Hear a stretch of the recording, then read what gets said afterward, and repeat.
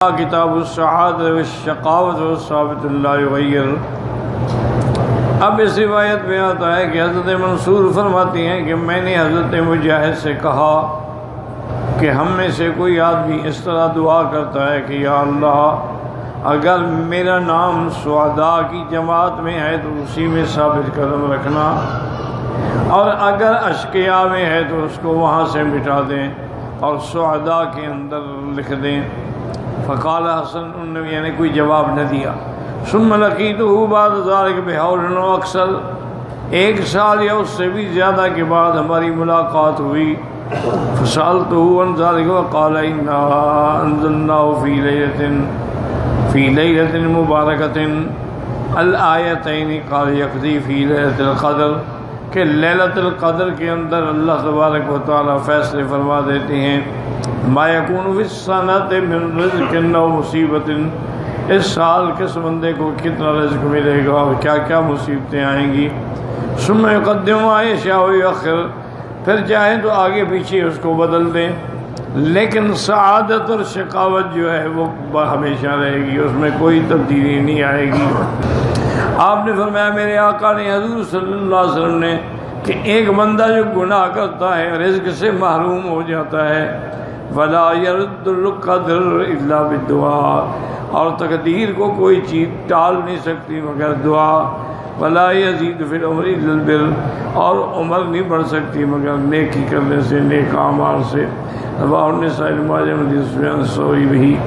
اب اصل میں مسئلہ یہ سمجھیں، چونکہ یہ آیت مبارک جو ہے نا کہ یمحو اللہ، یو اللہ چاہے مٹا دے اور جس کو چاہے ثابت رکھے۔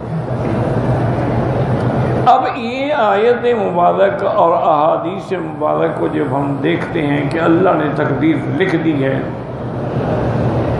ہر چیز لکھی ہوئی ہے، من اجل رزق اثر موت حیات، ہر چیز لکھی ہوئی، اور اس کے بعد جفت القلم، قلم خشک ہو گیا بس، اور وہ جو اللہ نے حکم دیا اس سب کو لکھ کے لوح محفوظ میں محفوظ کر دیا۔ تو پھر اس کا مطلب کیا ہو؟ اس لیے اس میں علماء نے دو جواب دیے ہیں۔ ایک جواب تو یہ ہے کہ اس کا تعلق ہے سابقہ شریعتوں سے، کہ موسیٰ علیہ السلام کے زمانے میں شریعت تھی، پھر عیسیٰ علیہ السلام کے زمانے میں شریعت تھی، پھر جب سرکار کی شریعت آئی تو سب منسوخ کر دیا، اور اب اسی کو قیامت تک ثابت رکھا۔ انہوں نے کہا اس سے مراد یہ ہے، ورنہ تقدیر کے فیصلے نہیں بدلا کرتے۔ اور دوسرا علماء یہ کہتے ہیں کہ بھئی تقدیر کی بھی دو قسمیں ہیں، ایک مبرم ہے ایک معلق ہے۔ مبرم قطعی، وہ تو کبھی تبدیل نہیں ہوگی، اور ایک معلق ہوتی ہے کہ اللہ پاک نے بھی معلق رکھی ہے کہ اگر اس بندے نے توبہ کی اور میرے دروازے پہ آیا تو میں اس کی مصیبت ٹال دوں گا، تو جب وہ کرتا ہے تو وہ ٹل جاتی ہے۔ تو یہ بھی گویا کہ تقدیر میں لکھا ہوتا ہے۔ تقدیر کے اندر بھی جس کو اللہ چاہتے ہیں وہ بدل دیتے ہیں، مٹا دیتے ہیں، اور اللہ کی تقدیر کو کوئی چیز نہیں بدل سکتی مگر دعا۔ ولا یزید فی العمر الا البر، اور عمر نہیں بڑھ سکتی مگر نیکی سے۔ بڑھنے کا معنی یہ ہوتا ہے کہ وہ دن اچھے گزر جائیں، ورنہ اگر 100 سال ہے تو 100 سال ہی رہے گی، 110 سال نہیں ہوگی۔ لیکن یہ ہے کہ اگر زندگی اچھی نہ گزرے تو پھر کیا فائدہ ہے۔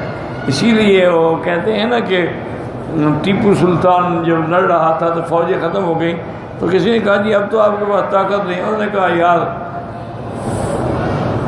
گیدڑ کی 100 سال کی زندگی سے شیر کی 1 رات کی زندگی بہتر ہے، میں رہوں گا تو عزت سے رہوں۔ اللہ تبارک و تعالیٰ کی ہر چیز میں حکمت ہے کہ اگر اللہ چاہتے ہیں وقت میں برکت ڈال دیتے ہیں، تھوڑے وقت میں کام زیادہ لے لیتے ہیں، اور اگر اللہ چاہتے ہیں برکت چھین لیتے ہیں، عمر زیادہ ہو گئی کام کچھ بھی نہیں ہوتا۔ وثبت في الصحيح أن صلة الرحم تزيد في العمر وفي حديث آخر إن الدعاء والقضاء يعتلجان بين السماء والأرض دعا اور تقدیر جو ہے آسمان کے درمیان میں جھگڑ رہی ہوتی ہیں، لیکن اللہ دعا کی وجہ سے تقدیر کو بھی بدل دیتے ہیں۔